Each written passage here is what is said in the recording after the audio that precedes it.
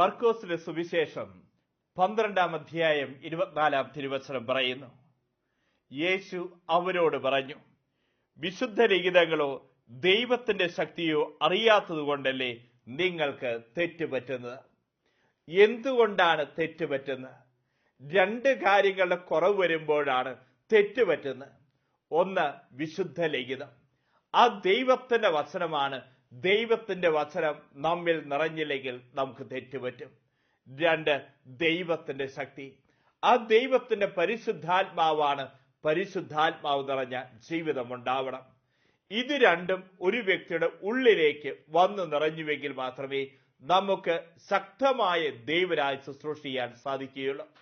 ഓരോ ധ്യാനങ്ങൾ കഴിയുമ്പോഴും എല്ലാ വ്യക്തികളുടെ ഉള്ളിൻ്റെ ഉള്ളിൽ വലിയ ദാഹ, എനിക്ക് ക്രിസ്തുവിന് വേണ്ടി ജീവിക്കണം, ദൈവരാജ്യം ശുശ്രൂഷ ചെയ്യാൻ സാധിക്കണം. എന്നാൽ എന്തുകൊണ്ടാണ് ഈ ആഗ്രഹമുണ്ടെങ്കിലും അവർക്ക് ചെയ്യാൻ സാധിക്കാത്തത്? ഒന്ന്, ദൈവവചനം നിറയാത്തതുകൊണ്ട്. രണ്ട്, ദൈവത്തിന്റെ ശക്തി നിറയാത്തതുകൊണ്ട്. ദൈവവചനം നിറഞ്ഞുകൊണ്ട് മാത്രം കാര്യമില്ല, ദൈവത്തിന്റെ ശക്തിയും നമ്മുടെ ഉള്ളിലേക്ക് നിറയണം.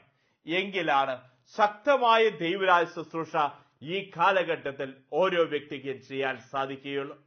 നമുക്ക് കാണാൻ സാധിക്കും, ഉൽപ്പത്തിയുടെ പുസ്തകം 1-ാം അധ്യായത്തിൽ നാം വായിക്കുന്നുണ്ട്. എന്തായിരുന്നു ഭൂമിയുടെ അവസ്ഥ?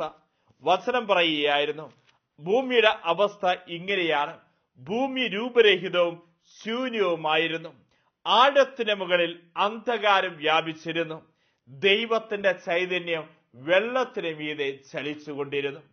ഭൂമിയുടെ അവസ്ഥ 3 കാര്യങ്ങളാണ് പറയുന്നത്. ഒന്ന്, രൂപരഹിതമായിരുന്നു. രണ്ട്, ശൂന്യമായിരുന്നു. 3, അന്ധകാരം വ്യാപിച്ചിരുന്നു.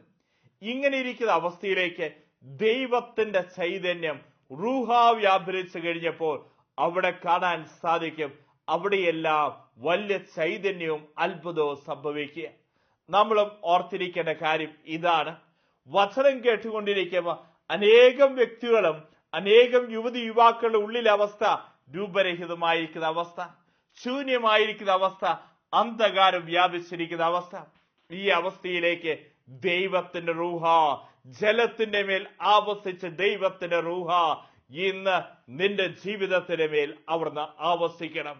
വീണ്ടും നമ്മൾ വചനത്തിൽ കാണുക, ഉണ്ടാകട്ടെ എന്ന ഒറ്റ വചനത്താൽ ഇതാ ഈ ഭൂമുഖത്ത് എല്ലാം സൃഷ്ടിക്കപ്പെടുക. ഇവിടെ ദൈവത്തിന്റെ വചനം വരുന്നുണ്ട്, ദൈവത്തിന്റെ റൂഹ വരുന്നുണ്ട്. ഇത് രണ്ടും ഒരുമിച്ച് വന്നപ്പോഴാണ് ഈ പ്രപഞ്ചം സൃഷ്ടിക്കപ്പെടുന്നത്. എങ്കിൽ പ്രിയപ്പെട്ടവരെ, നമ്മളും ഓർത്തിരിക്കുക, നമ്മൾ ഓരോരുത്തരും ദൈവത്തിന്റെ വചനം കൊണ്ട് നിറയണം. നമ്മുടെയൊക്കെ കുടുംബങ്ങളിൽ ദൈവവചനം ബൈബിൾ ഇരിക്കുന്നുണ്ട്. അത് അടഞ്ഞിരിക്കാനുള്ളതല്ല, മറിച്ച് തുറക്കപ്പെടാനുള്ളതാ. ഈ വചനം നീ ആവർത്തിച്ച് പ്രാർത്ഥിച്ചോ, ഈ വചനം ക്ലെയിം ചെയ്ത് പ്രാർത്ഥിച്ചോ, എന്താണോ വചനത്തിൽ ഞാൻ പ്രാർത്ഥിക്കുന്നത് അത് നമ്മുടെ ജീവിതത്തിൽ സംഭവിക്കും. അതുകൊണ്ട് തന്നെ പ്രിയപ്പെട്ടവരെ, ഇരുതല വാളിനേക്കാൾ മൂർച്ചയുള്ള വചനം, ആത്മാവിന് സന്ധിബന്ധങ്ങളെ തുളച്ചു കയറുന്ന വചനം, അശുദ്ധാത്മാക്കളെ പുറത്താക്കുന്ന വചനം, രോഗികൾക്ക് സൗഖ്യം കിട്ടുന്ന വചനം. എത്രയോ ക്യാൻസർ രോഗികൾ ദൈവത്തിന്റെ വചനം ആവർത്തിച്ച് അവർ പ്രാർത്ഥിച്ചതിന് വകയായി അവരിലേക്ക് ദൈവത്തിന് ശക്തി കടന്നു വന്നു. അത്ഭുതകരമായ രീതിയിൽ സൗഖ്യങ്ങൾ സംഭവിച്ച് ഈ കാലഘട്ടത്തിൽ നമ്മൾ കണ്ടിട്ടില്ലേ? ഇതേപോലെ തന്നെ പ്രിയപ്പെട്ടവരെ, നമ്മുടെ കുടുംബങ്ങളിൽ പിശാച് വായിപ്പിക്കില്ലാത്ത ഏക പുസ്തക വചനം ദൈവവചനം. എങ്കിൽ പ്രിയപ്പെട്ടവരെ, ഈ അടഞ്ഞിരിക്കുന്ന പുസ്തകങ്ങൾ തുറക്കപ്പെടണം. ലോകത്തിലെ ഏതൊക്കെ പുസ്തകങ്ങൾ നമ്മൾ വായിച്ചാലും അതെല്ലാം നമ്മുടെ ജീവിതത്തിന് ഒരു ഇൻസ്പിറേഷൻ തരും, പ്രചോദനം തരും. എന്നാൽ ദൈവത്തിന്റെ വചനം മാത്രമാണ് ഒരു ട്രാൻസ്ഫോർമേഷൻ, രൂപാന്തരീകരണം, മാറ്റം, മാനസാന്തരം നമുക്ക് ഓരോരുത്തർക്കും തരികയുള്ളൂ. വീണ്ടും നമുക്ക് കാണാൻ സാധിക്കും, യേശുവിന്റെ ശിഷ്യന്മാരുടെ ജീവിതം ഒന്ന് നോക്കി. 3 വർഷക്കാലം ഈ ശിഷ്യന്മാർ യേശുവിന്റെ കൂടെ നടന്നു. പത്രോസും അന്ത്രയോസും യാക്കോബും എല്ലാം ജീസസ് സ്കൂളിൽ പഠിച്ചിരുന്ന ആൾക്കാരാ. നേരിട്ട് യേശുവിൽ നിന്ന് അവർ വചനം കേട്ടവരാ. യേശുവിന്റെ സ്കൂളിൽ പോയി ഓരോ ദിവസവും യേശു സംസാരിച്ച മുഴുവൻ അവർ ഹൃദയത്തിൽ സംഗ്രഹിച്ചു. എന്നാൽ നമുക്ക് കാണാൻ സാധിക്കും, അവിടെ ജീവിതത്തിൽ മാറ്റം ഉണ്ടാവുന്നുണ്ടോ? മനസാന്തരം ഉണ്ടാവുന്നുണ്ടോ? പഴയ പത്രോസ് പഴയ അന്ത്രയോസ് ഇവരൊക്കെ ആ പഴയ വഴിയിലേക്ക് തന്നെ പോവുക. അവിടെ പഴയ ജീവിതം തന്നെയാ 3 വർഷം കർത്താവിന്റെ കൂടെ നടന്നിട്ട്. എന്നാൽ അവിടെ ജീവിതത്തിൽ മാറ്റം ഉണ്ടാവുന്ന എപ്പോഴാ? പെന്തക്കോസ്താ ദിനത്തിൽ ദൈവത്തിന്റെ പരിശുദ്ധാത്മാവ് അവിടെ മേൽ വന്നിറങ്ങിയപ്പോഴാ. അതല്ലേ നമ്മൾ അപ്പോസ്തല പ്രവർത്തനത്തിൽ വായിക്കുന്നത്. പെന്തക്കോസ്താ തിരുനാൾ സമാഗതമായപ്പോൾ അവരെല്ലാം ഒരുമിച്ച് കൂടിയിരിക്കുകയായിരുന്നു. അഗ്നി ജ്വാലകൾ പോലെയുള്ള നാവുകൾ തങ്ങൾ ഓരോരുത്തരുടെ മേൽ വന്നു നിന്നു. അവരെല്ലാം പരിശുദ്ധാത്മാവിനാൽ നിറഞ്ഞു. ആത്മാവ് കൊടുത്ത ഭാഷണ വരവനുസരിച്ച് അവരെല്ലാം സംസാരിച്ചു. കണ്ടോ പ്രിയപ്പെട്ടവരെ, 3 വർഷക്കാലം യേശുവിന്റെ മുഖത്ത് നിന്ന് അവർ നോക്കിയിരുന്ന് വചനം കേട്ടവരാ, ജീസസ് സ്കൂളിൽ പഠിച്ചവരാ. പക്ഷേ അവിടെ ജീവിതത്തിൽ മാറ്റമുണ്ടായത് എപ്പോഴാ? പരിശുദ്ധാത്മാവ് അഗ്നി ജ്വാലകളായി അവിടെ മേൽ വന്നിറങ്ങിയപ്പോഴാ. എങ്കിൽ പ്രിയപ്പെട്ടവരെ, നമുക്ക് ഓരോരുത്തർക്കും പറഞ്ഞു തരിക, നമ്മൾ വചനം പഠിച്ചുകൊണ്ട് കാര്യമില്ല. ഈ വചനം റിലീസ് ചെയ്യണം. എങ്ങനെയാ? ദൈവത്തിന്റെ ശക്തി വചനത്തിന്റെ മേൽ അവർ ആവസിക്കണം. അതുകൊണ്ടാ വചനം പറയുന്നേ.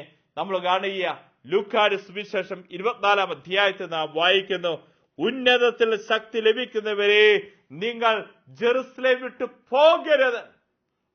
ഉന്നതത്തിലുള്ള ശക്തി അത് പരിശുദ്ധാത്മാവിന്റെ ശക്തിയാ. ഈ ശക്തി ലഭിക്കാതെ നിങ്ങൾ ജെറുസലേം വിട്ടു പോകരുത്. വചനം നമ്മെ ഓർമ്മിപ്പിക്കുക. വീണ്ടും അപ്പോസ്തലന്മാരുടെ ജീവിതങ്ങളെ കാണാൻ സാധിക്കും. ഈ വചനത്തിന്റെ പൊരുള് അവർക്ക് മനസ്സിലാക്കാൻ സാധിച്ചത് പെന്തക്കോസ്താ ദിനത്തിൽ ദൈവത്തിന്റെ പരിശുദ്ധാത്മാവ് നിറഞ്ഞപ്പോഴാണ്. അതുവരെ പേടിത്തൊണ്ടന്മാരായിരുന്നു, ഇതാ കഥകടച്ചിരുന്ന വ്യക്തികളായിരുന്നു. എന്നാൽ ആരുടെ മുമ്പിലാണ് ഭയപ്പെട്ട്, ആരുടെ മുമ്പിലാണോ അവർ എന്തെന്നില്ലാത്ത രീതിയിൽ ഭീതിയിൽ അവർ കടന്നുപോയത്? എന്നാൽ അവിടെ മുമ്പിൽ പോയി കർത്താവിന്റെ വചനം പ്രഘോഷിക്കാൻ അപ്പോസ്തലന്മാർക്ക് സാധിച്ച എങ്ങനെയാ? പരിശുദ്ധാത്മാവ് അവിടെ മേൽ വന്നിറങ്ങിയപ്പോഴാ. ദൈവത്തിന്റെ വരദാനങ്ങൾ, രോഗശാന്തി വരം, അത്ഭുതങ്ങൾ പ്രവർത്തിക്കാനുള്ള വരം, പ്രവചന വരം, ഭാഷാവരം, ഇതൊക്കെ ശിഷ്യന്മാരുടെ ജീവിതത്തിൽ ജ്വലിച്ചത് പരിശുദ്ധാത്മാവ് വന്ന് നിറഞ്ഞപ്പോഴാ. വീണ്ടും കാണാൻ സാധിക്കും, പാപത്തിന്റെ വഴി വിട്ടുപേക്ഷിച്ച് വിശുദ്ധമായി ജീവിതം നയിക്കാൻ ശിഷ്യന്മാർക്ക് സാധിച്ചത് പരിശുദ്ധാത്മാവ് വന്ന് നിറഞ്ഞപ്പോഴാ. എങ്കിൽ പ്രിയപ്പെട്ടവരെ, നമ്മൾ വീണ്ടും കാണുക, പത്രോസും അന്ത്രയോസും എല്ലാം ഈ വചനത്തിന്റെ പൊരുള്, ഓരോ വചനത്തിന്റെ ആഴം അവർക്ക് മനസ്സിലാക്കി കൊടുത്തു. കുറെ വചനമൊക്കെ അറിയാം, പക്ഷേ അത് ക്രിസ്തുവിന്റെ ജീവിതവുമായി വ്യാഖ്യാനിക്കാൻ അവർക്ക് സാധിച്ചത് പെന്തക്കോസ്താ ദിനത്തിൽ ദൈവത്തിന്റെ പരിശുദ്ധാത്മാവ് നിറഞ്ഞപ്പോഴാണ്. അതിനെ നമ്മൾ കാണുന്നേ അപ്പോസ്തല പ്രവർത്തനം 2-ാം അധ്യായം 17 മുതൽ തിരുവചനങ്ങൾ. ജോയേൽ പ്രവാചകൻ പറഞ്ഞതാണിത്. ദൈവം അരുൾ ചെയ്യുന്നു, അവസാന ദിവസങ്ങളിൽ എല്ലാ മനുഷ്യരുടെ മേൽ എന്റെ ആത്മാവിനെ ഞാൻ വർഷിക്കും. നിങ്ങളുടെ പുത്രന്മാരും പുത്രിമാരും പ്രവചിക്കും. നിങ്ങളുടെ യുവാക്കൾക്ക് ദർശനങ്ങൾ ഉണ്ടാവും.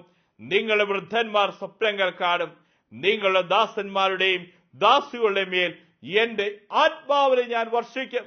ഇത് പറയാൻ പത്രോസിന് സാധിച്ച എപ്പോഴാ? വചനമൊക്കെ ഓർമ്മ കിട്ടിയത് എപ്പോഴാ? ഈ വചനത്തിന്റെ ആഴങ്ങളൊക്കെ മനസ്സിലായത് എപ്പോഴാ?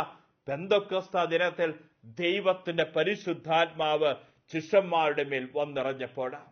എങ്കിൽ പ്രിയപ്പെട്ടവരെ, ദൈവരാജ ശുശ്രൂഷ ചെയ്യാൻ ആഗ്രഹമുള്ള വ്യക്തിയാണോ? ദൈവരാജ ശുശ്രൂഷ ചെയ്യാൻ വേണ്ടി ഇറങ്ങി പുറപ്പെടാൻ നിനക്ക് ആഗ്രഹമുണ്ടോ? എത്ര കഴിവുണ്ടെങ്കിലും അത് ദൈവരാജ്യത്തിന് വേണ്ടി നിനക്ക് ഉപയോഗിക്കണമെങ്കിൽ ആ ശുശ്രൂഷയുടെ മേൽ, നിന്റെ കഴിവിന്റെ മേൽ ദൈവത്തിന്റെ പരിശുദ്ധാത്മാവ് വന്ന് നിറയണം. നീ നല്ലൊരു ഗായകനായിരിക്കാം, ഒരു ഗായികയായേക്കാം, നന്നായി പാട്ടുപാടുന്നു. പക്ഷേ ഈ പാട്ടിന്റെ മേൽ ആത്മാവിന്റെ അഭിഷേകം നിറഞ്ഞുവെങ്കിൽ മാത്രമേ നീ പാടുന്ന ഗാനങ്ങളൊക്കെ ഉണ്ടല്ലോ മറ്റുള്ളവരുടെ ഹൃദയങ്ങളെ സ്പർശിക്കുകയുള്ളൂ. നീ നല്ല പ്രാസംഗികനായ വ്യക്തിയാ. നീ പ്രസംഗിക്കുന്ന പ്രസംഗം അനേക ഹൃദയങ്ങളെ സ്പർശിക്കണമെങ്കിൽ ഈ വചനത്തിന്റെ മേൽ, നീ പറയുന്ന ഓരോ വാക്കുകളുടെ മേൽ ദൈവത്തിന്റെ പരിശുദ്ധാത്മാവിന്റെ അഭിഷേകം നിറയണം. നിന്റെ ശുശ്രൂഷ ജീവിതത്തിൽ ഒരുപക്ഷെ നിരാശപ്പെട്ടിരിക്കുന്നുണ്ടാവും. എന്തുകൊണ്ടാ കർത്താവേ എന്റെ ജീവിതത്തിൽ ഒരു രീതിയിൽ ഒരു അഭിഷേകവും കൃപയുമില്ലാത്ത അവസ്ഥ? ഈ അവസ്ഥയിൽ നീ തിരിച്ചറിഞ്ഞു. ഈ ശുശ്രൂഷകളുടെ മേൽ ആത്മാവിന്റെ അഭിഷേകം, പരിശുദ്ധാത്മാവിന്റെ അഭിഷേകം നിറഞ്ഞുവെങ്കിൽ മാത്രമാണ് നീ ആഗ്രഹിക്കുന്ന ഈ ശുശ്രൂഷ ദൈവരാജ്യത്തിന് ഫലപ്രദമായ രീതിയിൽ നിനക്ക് ചെയ്യാൻ സാധിക്കുകയുള്ളൂ. അതുകൊണ്ട് തന്നെ എല്ലാ കഴിവുണ്ട്, അഭിഷേകം അല്ലെങ്കിൽ ഒരു കാര്യമില്ല. എല്ലാ കഴിവുണ്ട്, ആ കഴിവിന്റെ മേൽ ദൈവത്തിന് റൂഹ പറന്നിറങ്ങണം. നീ പഠിക്കുന്നൊരു വിദ്യാർത്ഥിയായിരിക്കാം, ആ വിദ്യാർത്ഥിയുടെ മേൽ ആത്മാവിന്റെ റൂഹ പറന്നിറങ്ങണം. എങ്കിലാണ് ഈ ജീവിതമൊക്കെ, നിന്റെ പഠനവും നിന്റെ സർട്ടിഫിക്കറ്റും ഒക്കെ ഉപയോഗപ്രദമായി തീരുകയുള്ളൂ. നീ ഒരു ഗായകനായിരിക്കാം, ഗായികയാക്കാം, അതിന്റെ മേൽ ആത്മാവിന്റെ ശക്തി പറന്നിറങ്ങണം. ഏത് കഴിവുള്ള വ്യക്തിയായിക്കൊള്ളട്ടെ, ഏത് പ്രൊഫഷനുള്ള വ്യക്തിയായിക്കൊള്ളട്ടെ, അതിന്റെ മേൽ ആത്മാവിന്റെ ശക്തി പരിശുദ്ധ പറന്നിറങ്ങിയെങ്കിൽ മാത്രമേ നിന്റെ ശുശ്രൂഷ ദൈവരാജ്യത്തിന് അനുഭവമാവുന്ന ഒരു ശുശ്രൂഷയായി തീരുകയുള്ളൂ എന്ന് ഓരോ ദൈവവൈദ്യരും തിരിച്ചറിഞ്ഞു. എല്ലാ കഴിവുണ്ടാവും, എന്നാൽ അഭിഷേകം ഉണ്ടായില്ലെങ്കിൽ നമ്മൾ ചെയ്യുന്ന ശുശ്രൂഷകളൊന്നും ദൈവരാജ്യത്തിന് ഫലപ്രദമായി തീരുകയില്ല. സാവൂൾ എന്ന് പറയുന്ന ഒരു ചെറുപ്പക്കാരനെ കുറിച്ച് വചനത്തിൽ നാം കണ്ടുമുട്ടുന്നുണ്ട്. അവന്റെ പ്രത്യേകത എന്താ? അവൻ ഇസ്രായേൽ വംശത്തിൽ പിറന്നവനാ. ഒരുപാട് ഭാഷകൾ അവനറിയാം, ഒരുപാട് പാണ്ഡിത്യമുണ്ട്, സമൂഹത്തിൽ നിലയും വിലയുമുള്ളവനായിരുന്നു. എന്നാൽ അവൻ ഏതൊക്കെ രീതിയിൽ ശുശ്രൂഷകളും കാര്യങ്ങളുമായി നടന്ന വ്യക്തിയാണോ, അവന്റെ ശുശ്രൂഷ ദൈവരാജ്യത്തിന് കൃപയുള്ള ഒരു ശുശ്രൂഷ ചെയ്യാൻ അവന് സാധിച്ച എങ്ങനെയാ? അവന്റെ കഴിവുകൾ ദൈവരാജ്യത്തിന് ഫലപ്രദമായ രീതിയിൽ സാവൂളിന് ചെയ്യാൻ സാധിച്ച എങ്ങനെയാ? ഒരു ദിവസം അവൻ കുതിരപ്പുറത്ത് പോവുക, അവന്റെ മേൽ പരിശുദ്ധാത്മാവുന്ന അഗ്നി ആഞ്ഞടിക്കുക. അവൻ കുതിരപ്പുറത്ത് താഴെ വീഴുന്നു, അവൻ അന്ധനായി തീരുന്നു. അനനിയാസ് എന്ന് പറയുന്ന ഒരു വ്യക്തിയുടെ മുമ്പിലേക്ക് അവൻ നയിക്കപ്പെടുക.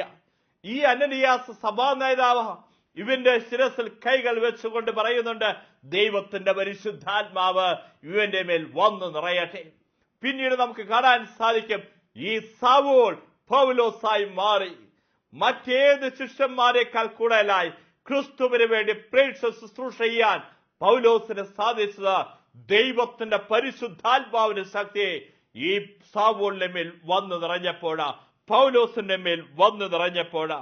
അവന്റെ മേൽ കൈകൾ വെച്ച് ദൈവത്തിന്റെ പരിശുദ്ധാത്മാവ് നിറയുവാൻ വേണ്ടി പരിശുദ്ധ വന്നപ്പോഴാണ് അത് സാധിച്ചത്. എങ്കിൽ പ്രിയപ്പെട്ടവരെ, ഞാനും നിങ്ങളുമെല്ലാം ദൈവരാജ് ശുശ്രൂഷ ചെയ്യാൻ ആഗ്രഹമുണ്ട്. ആഗ്രഹിച്ച മാത്രം പോരെ പ്രിയപ്പെട്ടവരെ, ഈ ആത്മാവിന് വേണ്ടി, പരിശുദ്ധാത്മാവിന് വേണ്ടി ദാഹത്തോടുകൂടെ പ്രാർത്ഥിക്കണം. ദൈവത്തിന്റെ വചനം നമ്മെ ഓർമ്മിപ്പിക്കുക. യെശയ്യാ പ്രവാചകന്റെ പുസ്തകം 55-ാം അധ്യായം 1-ാം തിരുവചനം, ദാഹാർത്തരെ ജലാശയത്തെങ്കിലേക്ക് വരുവിൻ, ദാഹാർത്തരെ ജലാശയത്തെങ്കിലേക്ക് വരുവിൻ.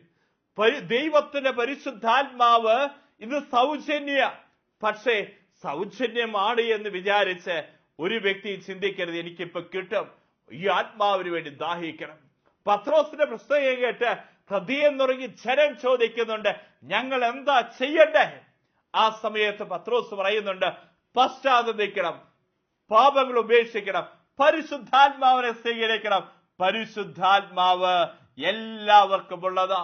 അപ്പൊ നമ്മൾ ചെയ്യുന്ന ദൈവരാജ ശുശ്രൂഷ എന്തുമായിക്കൊള്ളട്ടെ, ഈ ദൈവരാജ ശുശ്രൂഷ അഭിഷേകവും കൃപയും നിറഞ്ഞ് അനേക ഹൃദയങ്ങളെ സ്പർശിക്കുന്ന, അനേകം ആത്മാക്കളെ നയിക്കുന്ന, അനേകം ആത്മാക്കളെ ക്രിസ്തുവിന് വേണ്ടി നേടിയെടുക്കുന്ന ഒരു ശുശ്രൂഷയായി തീരണം.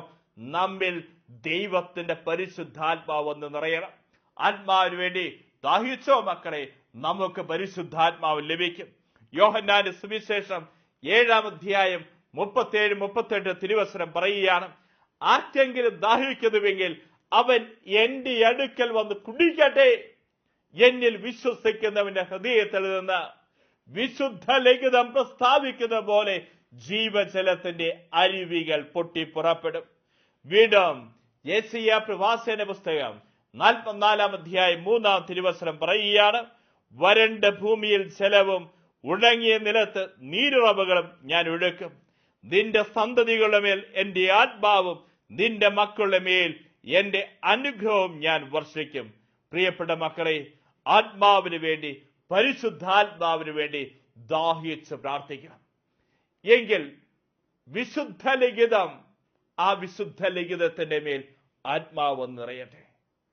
ഞാൻ എന്ന് പറയുന്ന വ്യക്തി, എൻ്റെ കൈകൾ ബൈബിളുണ്ട്. എന്നാൽ മാമുദീസ സ്വീകരിച്ചിട്ട് കാലം എത്രയായി? സ്ഥൈലേവനം സ്വീകരിച്ചിട്ട് നാളുകൾ എത്രയായി? അനേകം വ്യക്തികൾ ഈ വചനം ഒരു ദിവസം ഒരു വചനം വീതം പഠിക്കാൻ സാധിച്ചിരുന്നുവെങ്കിൽ ഇന്ന് ഈ വിശുദ്ധ ഗ്രന്ഥത്തിലെ എത്രയോ വചനങ്ങൾ കൊണ്ട് ഓരോ വ്യക്തികളും നിറഞ്ഞേനെ. ഇന്ന് നമ്മുടെ വലിയ പ്രശ്നം എന്താണെന്നറിയോ? ബാക്കിയെല്ലാം നമുക്ക് പഠിക്കാൻ സാധിക്കുന്നുണ്ട്, വിശുദ്ധ ലിഖിതം മാത്രം പഠിക്കാൻ നമ്മൾ വില കൊടുക്കുന്നില്ല. നമ്മൾ നോക്കണം, ഒരു സ്പോഞ്ച് വെള്ളത്തിൽ മുക്കി അത് പിഴിഞ്ഞോ അതിൽ വെള്ളം വരും. എന്നാൽ ഒരു ക്രിസ്ത്യാനി ഇതേപോലെ തന്നെ മുക്കി എന്തിലാ? സഹനത്തിന് തീച്ചൂളയിൽ വലിയ വേദനയിലൂടെ വലിയ സങ്കടത്തിലൂടെ കടത്തിവിടുന്നു. ആ സമയത്ത് ക്രിസ്ത്യാനിയെ പിഴിഞ്ഞു കഴിഞ്ഞാൽ അവന്റെ ഉള്ളിൽ നിന്ന് വരുന്ന ദൈവത്തിന്റെ വചനാണോ? ഈ കാലഘട്ടത്തിൽ പ്രിയപ്പെട്ട മക്കളെ, നമ്മളൊക്കെ ഓരോ പ്രതിസന്ധികളിലൂടെയും ഓരോരോ പ്രശ്നങ്ങളിലൂടെ കടന്നു പോകുക. ഈ സമയത്ത് എന്റെ ഉള്ളിൽ നിന്ന് കടന്നു വരുന്ന ദൈവത്തിന്റെ വചനാണോ? വിശ്വാസത്തിന്റെയും പ്രത്യാശയുടെ വചനങ്ങളാണോ എന്റെ ഉള്ളിൽ നിന്ന് കിളർത്തു വരുന്ന ഓരോ ദൈവ പൈതലും തിരിച്ചറിഞ്ഞു. വീണ്ടും നമുക്ക് കാണാൻ സാധിക്കും, ദൈവത്തിന്റെ വചനം എവിടെയൊക്കെയുണ്ടോ ആ വചനം പറഞ്ഞ് പ്രാർത്ഥിക്കുന്നു. അതുപോലെ തന്നെ ആ വചനത്തിന് മേൽ ആത്മാവിന് ശക്തി വന്ന് നിറയുമ്പോൾ അവിടെ കാണാൻ സാധിക്കും, അത്ഭുതകരമായി വിടുതൽ സംഭവിക്കുന്നത് കാണാൻ സാധിക്കും. പിശാചുക്കൾ ഓടിയൊളിക്കുന്നത് കാണാൻ സാധിക്കും. ഈ കാലഘട്ടത്തിൽ പ്രിയപ്പെട്ടവരെ, ചില കുടുംബങ്ങളെ നാം കാണുന്നില്ലേ? 3 മക്കളുള്ളൂ, 3 മക്കളും ഡിവോഴ്സ് വേണം എന്നുള്ള രീതിയിൽ നിൽക്കുന്ന അവസ്ഥ. ഏതാനും നാളുകൾക്ക് മുമ്പ് എന്റെ അടുക്കൽ വന്നിരിക്കുക. 3 മക്കളാ, 3 മക്കളും ഡിവോഴ്സ് വേണം, വിവാഹമോചനത്തിന് മക്കളെത്തിയിരിക്കുന്നത്. സാധാരണ കണ്ണാടിയിലൂടെ നോക്കിക്കഴിഞ്ഞാൽ അവർക്ക് ഒരുമിച്ച് ജീവിക്കാൻ പറ്റാത്ത അവസ്ഥ. 1ാമത്തെ മോൾ അങ്ങനെ, 2ാമത്തെ മോള് അങ്ങനെ, 3ാമത്തെ മോള് അങ്ങനെ. സാധാരണ കണ്ണാടിയിലൂടെ നോക്കിക്കഴിഞ്ഞാൽ അതൊക്കെ സാധാരണമായി നമുക്ക് തോന്നിയേക്കാം. എന്നാൽ ആത്മാവിന്റെ കണ്ണാടിയിലൂടെ നോക്കിക്കഴിയുമ്പോൾ നമുക്ക് കാണാൻ സാധിക്കും, 1ാമത്തെ മോൾക്ക് ആ പ്രശ്നം, 2ാമത്തെ മോൾക്ക് ആ പ്രശ്നം, 3ാമത്തെ മോൾക്ക് ആ പ്രശ്നം. ഇതെന്തോ തിന്മയുടെ ശക്തിയാ, അന്ധകാര ശക്തി ആ വ്യക്തികളെ വലയം ചെയ്യുന്നുകൊണ്ടാണ്. ഇതേപോലെ തന്നെ വിവാഹം കഴിഞ്ഞു, ഇതാ 3 ഒരു കുടുംബത്തിൽ മക്കൾ ആർക്കും അതേ അടുത്തൊരു തലമുറയ്ക്ക് ജന്മം നൽകാൻ പറ്റാത്ത അവസ്ഥ. 2 പേരും ഡോക്ടർമാരുടെ അടുക്കിലേക്ക് പോകുന്നു. ഓരോ ദമ്പതികളും ഡോക്ടർമാരുടെ അടുക്കിലേക്ക് ചെല്ലുന്നു. പക്ഷേ അവർക്ക് ശാരീരികമായ ഒരു പ്രശ്നമില്ലാത്ത അവസ്ഥ. ചില കുടുംബങ്ങളെ കാണാൻ സാധിക്കും, ഇതുപോലെ തന്നെ എന്ത് ചെയ്തു കഴിഞ്ഞാലും കുടുംബത്തിൽ പുരോഗതി ഇല്ലാത്ത അവസ്ഥ, മക്കളുടെ ജീവിതം എന്തെന്നില്ലാത്ത രീതി കെട്ടുപോയിരിക്കുന്ന അവസ്ഥ. പ്രിയപ്പെട്ട മക്കളെ, ഇങ്ങനെ പോകുന്ന ഈ അവസ്ഥയിൽ നമ്മളുടെ ഓരോരുത്തരുടെയും ജീവിതങ്ങളെ ബ്ലോക്ക് ചെയ്യുന്ന തിന്മയുടെ അരൂപികൾ നമ്മുടെ ജീവിതങ്ങളെ വലയം ചെയ്യുന്നുണ്ടോ എന്ന് ഓരോ മക്കളും തിരിച്ചറിഞ്ഞു. മാനുഷികമായ ശക്തി കൊണ്ട് നമുക്ക് ഇതിന്റെ മേൽ വിജയം വരിക്കാൻ സാധിക്കില്ല. എങ്ങനെയാണ് പിശാചിന് ഒരു മനുഷ്യനെ കൊണ്ട് പിശാചിനെ നേരിടാൻ പറ്റുമോ? യെശയ്യാ പ്രവാചകന്റെ പുസ്തകം 37-ാം അധ്യായം 36-ാം തിരുവചനം പറയുകയാണ്, കർത്താവിന്റെ ദൂതൻ അസേറിയൻ പാളയത്തിൽ കയറി 1,70,000 പേരെ വകവരുത്തി. ഈ വചനം ശ്രദ്ധിച്ച മക്കളെ, കർത്താവിന്റെ ദൂതൻ അസേറിയൻ പാളയത്തിൽ പ്രവേശിച്ച് 1,70,000 പേരെ വകവരുത്തി. ഒരു സൈഡിൽ ദൈവത്തിന്റെ ദൂതൻ, അപ്പുറത്തെ സൈഡിൽ 1,70,000 പേര്. ഈ 70,000 പേരെ വകവരുത്തിയത് ആരാ? ഒറ്റ ദൂതനാ. എന്നാൽ ഈ ദൂതൻ അധപതിച്ചതല്ലേ പിശാചായി മാറിയത്? എങ്കിൽ നമ്മുടെ മാനുഷ്യമായ ശക്തി കൊണ്ടോ മനുഷ്യമായ കഴിവുകൊണ്ടോ മന്ത്രവാദം, കൂടോത്രം, ശകുനം, ക്രിയ ഇതേപോലുള്ള കാര്യങ്ങളുടെ മേൽ വിജയം വരിക്കാൻ നമുക്ക് സാധിക്കുമോ? മാനുഷ്യമായ ശക്തി കൊണ്ട് നമുക്ക് സാധിക്കില്ല. എന്താ ചെയ്യണ്ടേ? ഈ മനുഷ്യന്റെ മേൽ ഓരോ ആത്മാവിന്റെ മേൽ, ഓരോ ജഡത്തിന്റെ മേൽ ദൈവത്തിന്റെ ആത്മാവിന് ശക്തി, പരിശുദ്ധാത്മാവിന് ശക്തി വന്ന് നിറയണം. കാരണം ദൈവത്തിന്റെ ദൂതൻ അധപതിച്ച പിശാച് ഒരു സൈഡിൽ, നമ്മൾ നോക്കിയേ, 2 ലക്ഷം പേര് ഇപ്പുറത്തൊരു പിശാച് നിൽക്കുക. ഈ 2 ലക്ഷം പേർക്ക് ഒരു പിശാചിനെ തകർക്കാൻ കഴിയില്ല. എന്നാൽ ദൈവത്തിന്റെ ആത്മാവിന് ശക്തി, പരിശുദ്ധാത്മാവിന് ശക്തി ആ വ്യക്തിയുടെ മേൽ വന്നു നിറയുമ്പോൾ അതിന്റെ മേൽ, തിന്മയുടെ ശക്തിയുടെ മേൽ വിജയം ഭരിക്കാൻ സാധിക്കും. ഏലിയ പ്രവാചകന്റെ കാലഘട്ടത്തിൽ കാണാൻ സാധിക്കും. ബാലിന്റെ 400 വ്യാജ പ്രവാചകന്മാരെ ഏലിയ പ്രവാചകൻ കൊന്നൊടുക്കുന്നുണ്ട്. ആഹാബ് രാജാവിനെയും ഇസ്രായേൽ രാജ്ഞിയെയും ഇതാ നശിപ്പിക്കുന്നുണ്ട്. ഏലിയ പ്രവാചകൻ ഒറ്റയ്ക്ക് നിൽക്കുക. അവൻ പറയുന്നു, ഞാൻ സത്യദൈവത്തെ മാത്രമേ ആരാധിക്കൂ. ഏലിയ പ്രവാചകൻ ഒരു ബലിപീഠം പണിതുയർത്തി, കാളകളെ കഷ്ണങ്ങളാക്കി, അതിന്റെ മേൽ വിറക് വെച്ചു, വെള്ളമൊഴിച്ചു. ഇതാ അതിന്റെ മേൽ ദൈവത്തിന്റെ അഗ്നി ഇറങ്ങി വരാൻ, ദൈവത്തിന്റെ പരിശുദ്ധാത്മാവ് ഇറങ്ങി വരാൻ ഏലിയ പ്രവാചകൻ പ്രാർത്ഥിക്കുന്നു. ഏലിയ പ്രവാചകൻ പ്രാർത്ഥിച്ചപ്പോൾ 3 വർഷവും 6 മാസവും ഭൂമിയിൽ മഴ പെയ്തില്ല. വീണ്ടും ഏലിയ പ്രാർത്ഥിച്ചപ്പോൾ ഇതാ ഭൂമിയിൽ മഴ വർഷിച്ചു എന്ന് വചനം പറയുമ്പോൾ നമ്മളൊരു കാര്യം തിരിച്ചറിഞ്ഞു.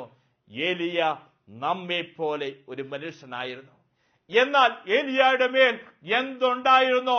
ദൈവത്തിന്റെ പരിശുദ്ധാത്മാവുന്ന അഗ്നി ഉണ്ടായിരുന്നു. ഈ അഗ്നിയുള്ള വ്യക്തികളായി മാറിക്കോ. ഒരു തിന്മയ്ക്ക് നമുക്ക് തൊടാൻ സാധിക്കില്ല. നമുക്കെതിരെ വരുന്ന ഏതൊക്കെ തിന്മകളുണ്ടോ, പൈശാചിക ബന്ധനങ്ങളുണ്ടോ, ഇതിനെ മുഴുവൻ നേരിടാൻ ദൈവത്തിന്റെ പരിശുദ്ധാത്മാവ് നിറഞ്ഞ വ്യക്തിക്ക് സാധിക്കുമെന്ന് ഓരോ വ്യക്തികളും തിരിച്ചറിയുക. പരിശുദ്ധ അമ്മയുടെ ജീവിതം നോക്കിയേ. പരിശുദ്ധ അമ്മ ദൂതനോട് ചോദിക്കുന്നുണ്ട്, ഇതെങ്ങനെ സംഭവിക്കും? ദൂതൻ പറയുക, പരിശുദ്ധാത്മാവ് നിന്റെ മേൽ വരും, അത്യുന്നതന്റെ ശക്തി നിന്റെ മേൽ ആവസിക്കും. പ്രിയപ്പെട്ടവരെ, എന്താ നമ്മുടെയൊക്കെ മാനുഷികമായി ചിന്തിച്ചു കഴിഞ്ഞാൽ ഇതിനൊന്നും നമുക്ക് ഉത്തരയില്ല.